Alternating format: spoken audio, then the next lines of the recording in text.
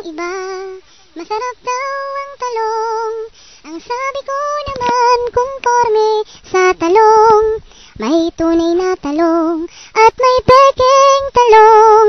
Ang tunay na talong tumatayo pagaling. Sabi ng iba, masarap daw ang mani. Ang sabi ko naman, kumporme sa mani.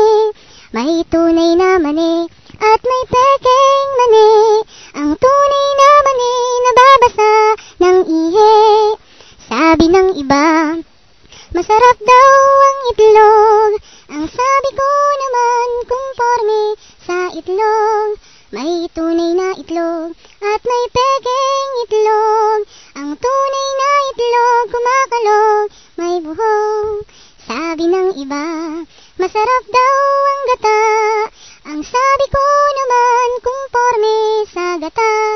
May tunay na gata